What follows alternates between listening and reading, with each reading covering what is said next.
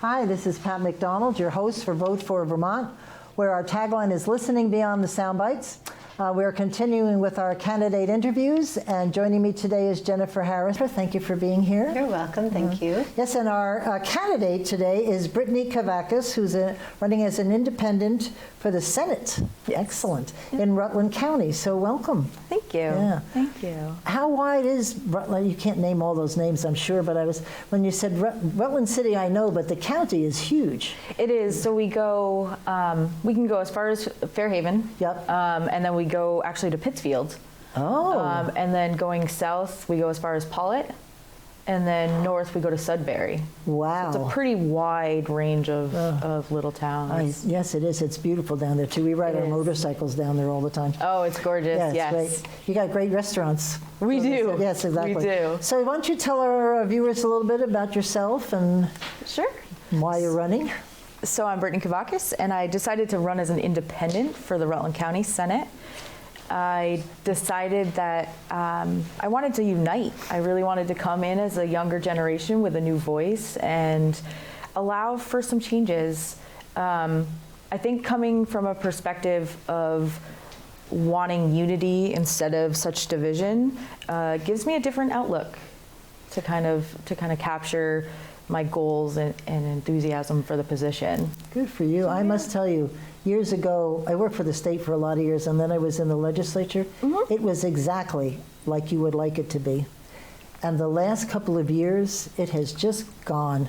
Yeah. It's your way or the highway, my way or the highway, or we used to work really hard. We'd say it, the best bill is the third bill, your bill, my bill, and the compromise bill. Yeah.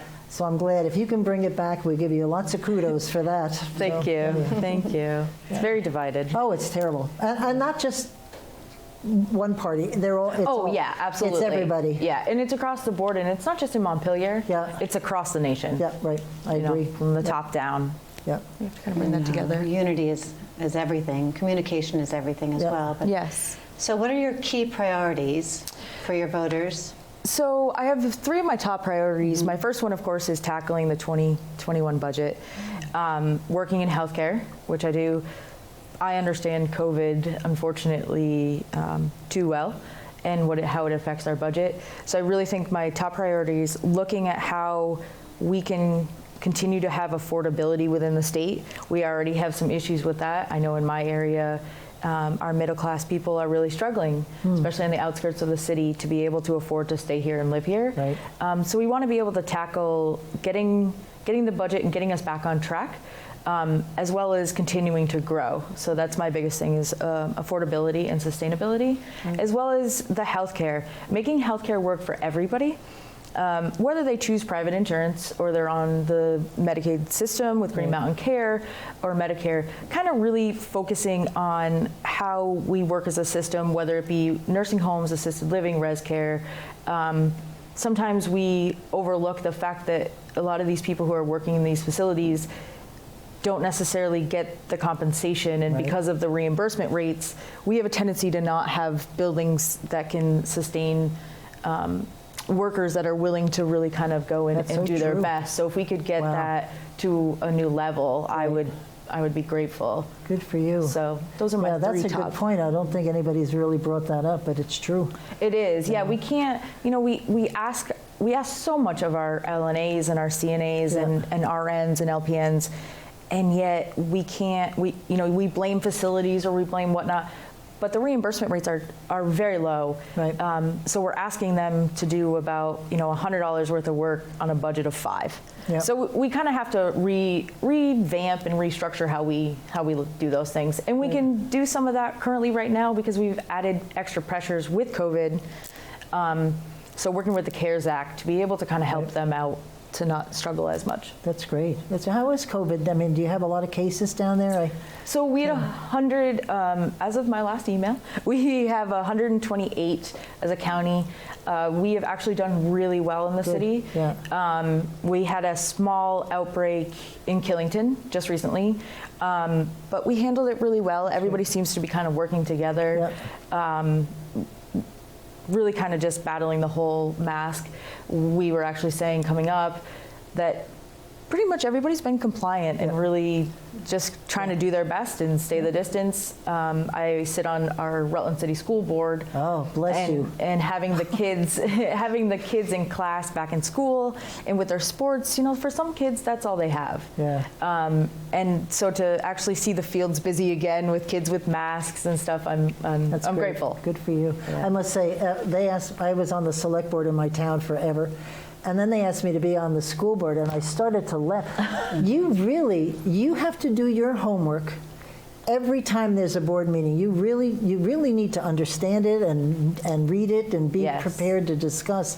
In the select board, you can kind of, Yep. slough over it a little bit and get through the meeting. But the school board, that's a serious commitment. It is, and it's trying right now. I bet. We have some big issues on the board in the city, so we're working through them.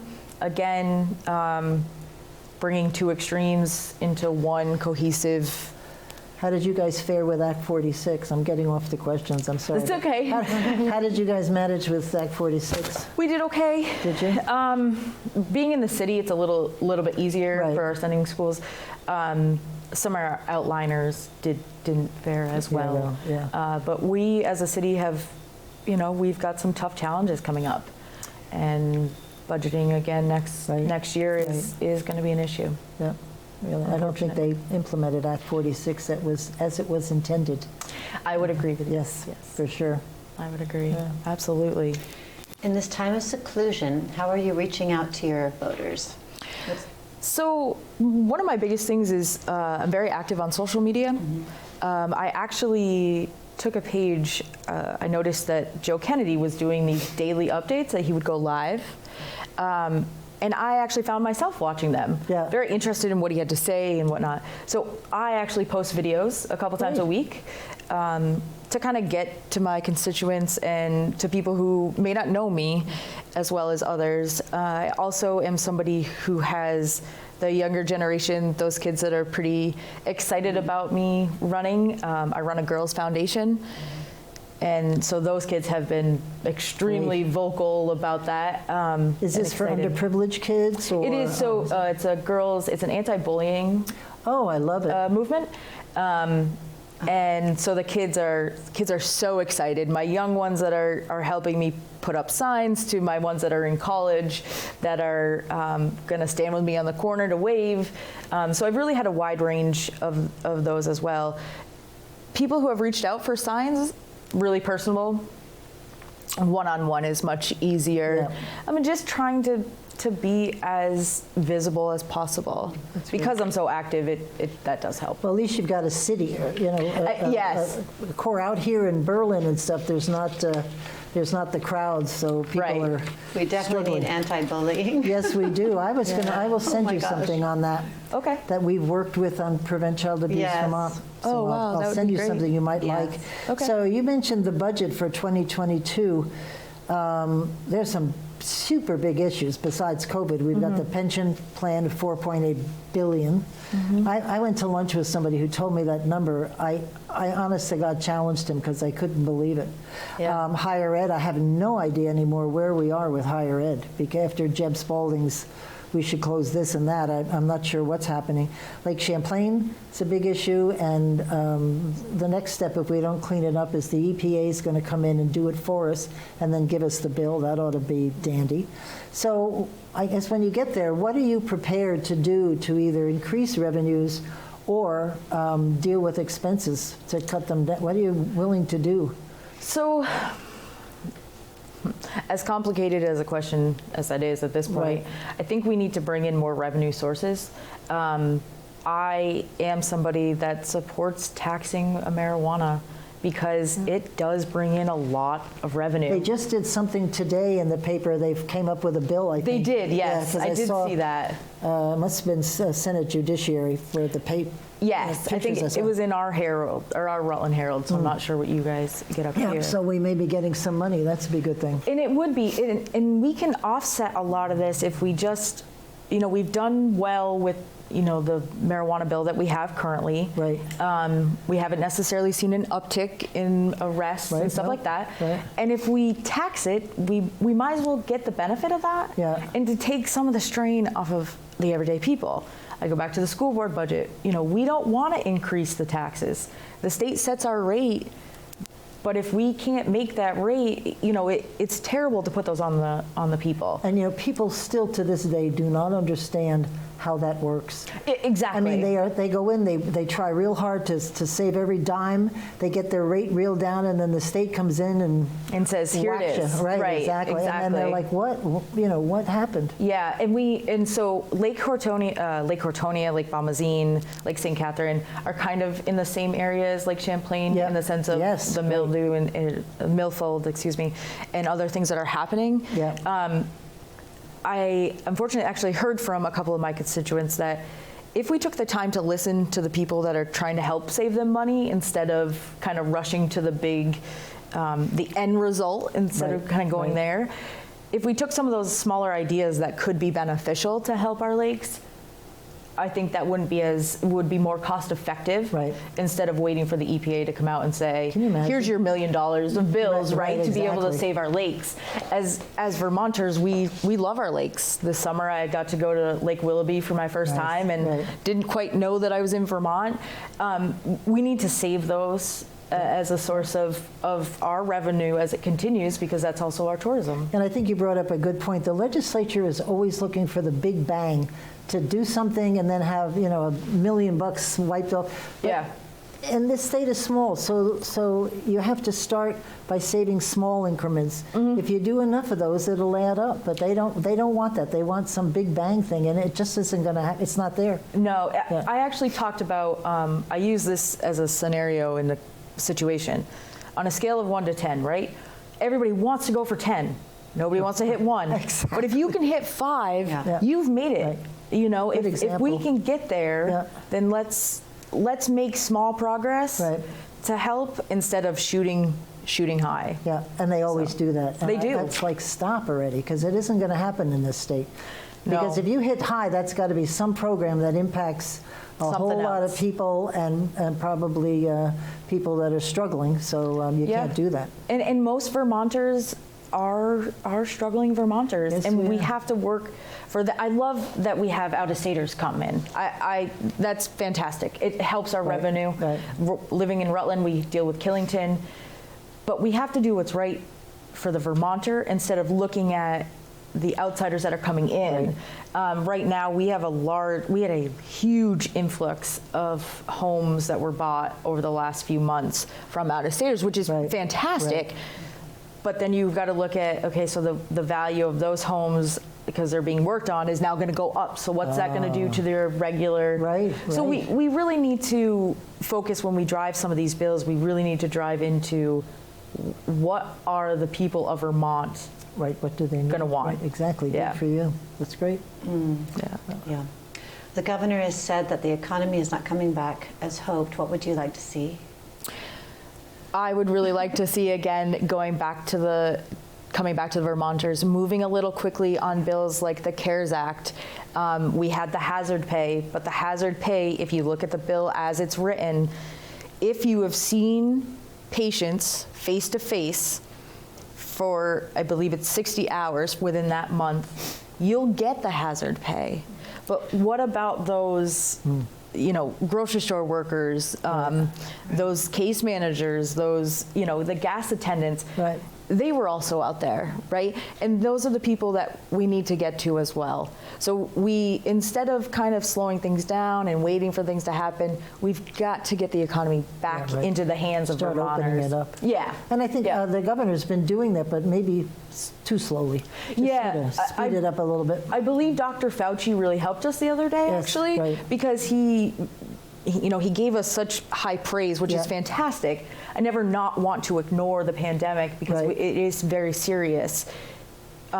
But we need to work in a pace, especially on the budget and the legislation and the CARES Act that we get and the money that has been given to us at a faster pace than where we're at. Right. It's just too slow. They're taking a long time to get it out.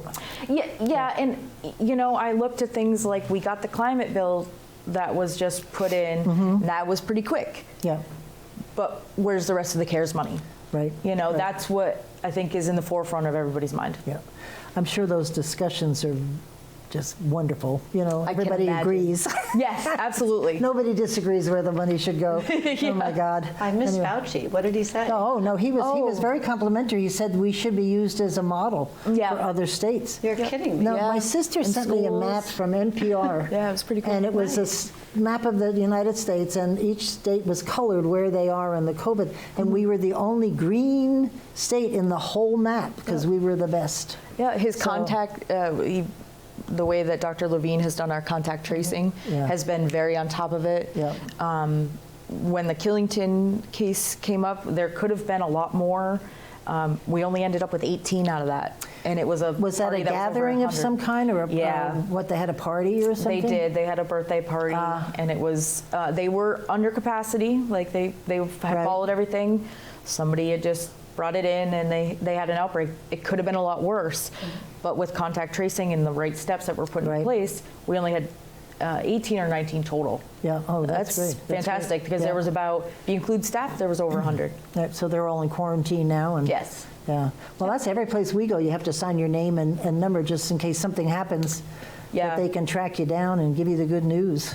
Absolutely. So, absolutely. Yeah, this is sort of self-serving. I've been telling everybody this. We put in a question about ethics for you. Yes. Campaign for Vermont and Vote for Vermont, who are partners, wrote for years, I think, a couple of years, to try to get Vermont to put in an ethics bill. We were one of 2 states that didn't have anything. That's a big surprise. But anyway, they now have something, but it's pretty broad, pretty no teeth. And the executive director of the Ethics Commission has submitted a template for a new bill. And I'm just curious what you think of having ethics in our legislature. Right now, ethics is totally key. We have seen the deformation of the ethics over these last 3 years, and I don't want to see it in our own state. Right. It is so important. If it's good enough for the state, it's good enough for the people, it's good enough for the legislators. We all need to be held accountable. And having the ethics put into place is huge. I would support and look into that further. I can't believe everybody says it's Vermont, we know each other, but you don't really know each other much. True. You know, what stocks do you have? Right. You know, I pick on Sun Common because it's such an active, and everybody knows it. And there's a lot of people in the State House, I'm sure, that's got some investment in. Here we are voting on their product and how to implement it. So, but we like Sun Common, so don't it's don't true. be calling. Yeah, but anyway, I think it's needed. And Vermonters don't know where to go if they've got a complaint. There's no place for them to go. Exactly. And so if they go to the Ethics Committee, it's handled confidentially and with some procedures, which is good. Right. I think sometimes our constituents sometimes feel left out, right? Because, you know, a lot happens in Chittenden County. So if you're from Rutland County, in the southern half of Vermont, really, we feel kind of left out, right? So anything below Route 4. Yes, there you go. Yes. That's it. It's Vermont and Route 4. So it really kind of getting us all together and it's just another check. Yeah. You know, I don't think it's a difficult check to make. Nope. It just holds us accountable. Good. Which is good.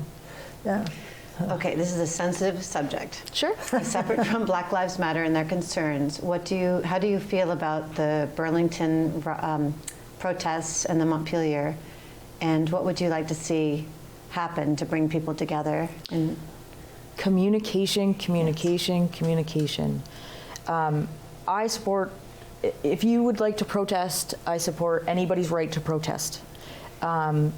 But if we don't talk about the reasons why we're protesting, other than we want this one fired or this one did that, or it doesn't solve any problems. Right. So we need to come together to really be a force to say, this is what we're looking for. I go back to Plattsburgh, just implemented a survey for all of its people in the city, and they wrote to everybody so that it was kind of like a checklist of things, and people could write anonymous, so that people understand what they want. And they've now developed a community committee. Down in our area, we had started Project Vision, which at the time was for the drugs and alcohol, and that's worked out well. Right. We need to have that same type of setup. If there's no communication, there's always breakdown, and then that again, we become butting heads. Again, I go back to the division of way left or way right. You're either going to be completely against or completely for. But movement-wise, protesting-wise, absolutely 100%, I support it. As long as there's communication. We just can't stand there and not communicate. Right.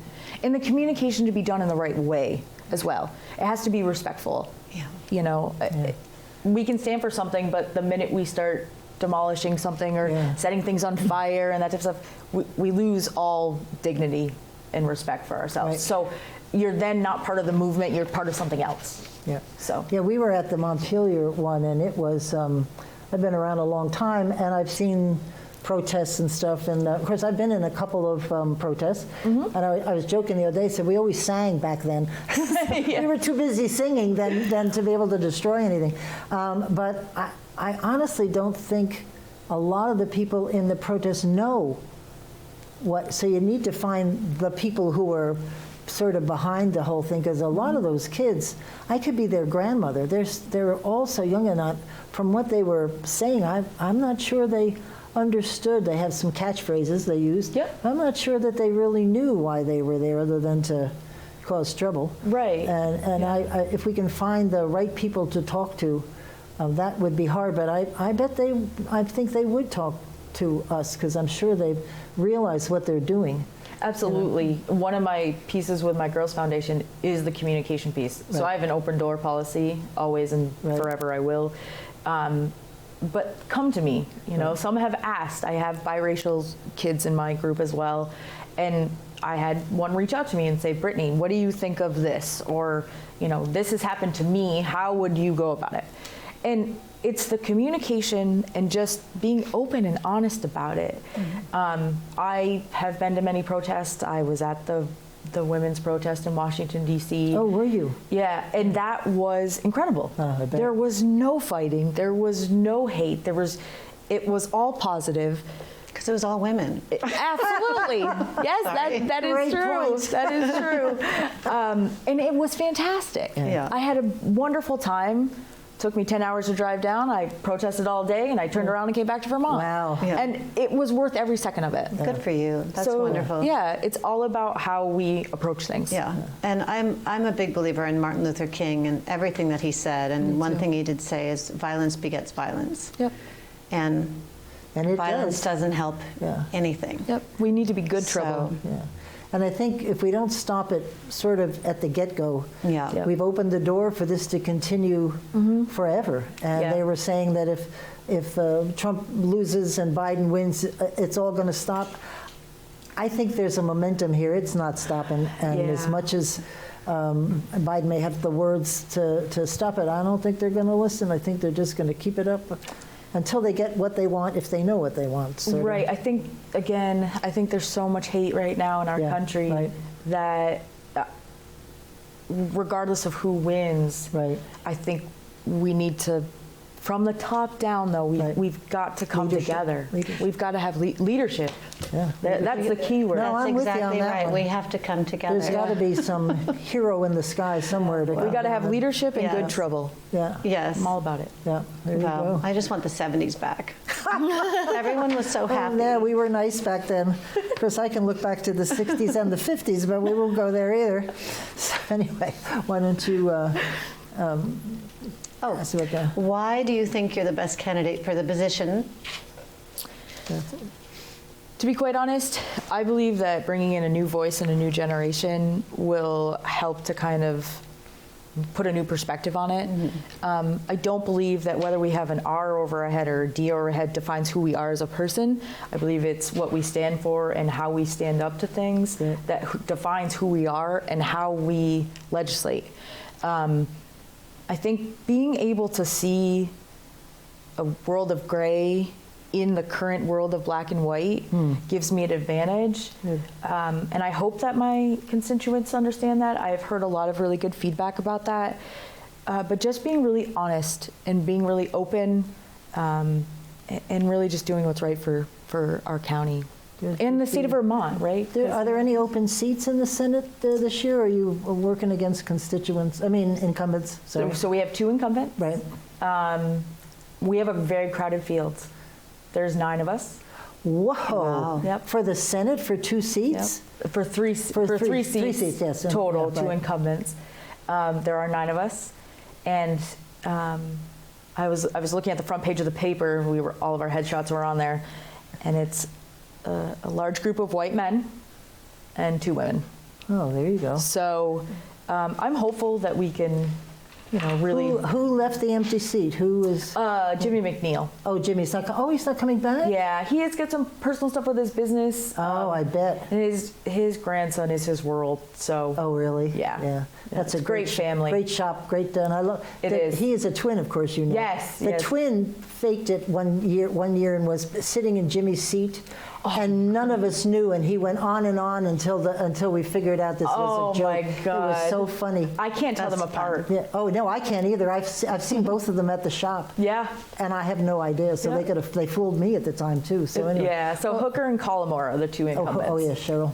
Yep. Sure. Okay, and Brian. Yeah. Well, great. Well, thank you very much for coming. We enjoyed meeting you. Thank you very You've much. got Thank great you for the message. opportunity. Great message. Thank you. Thank you for listening. Jennifer, thank you for joining us. We'll see you next week. And in the meantime, keep listening beyond the sound bites.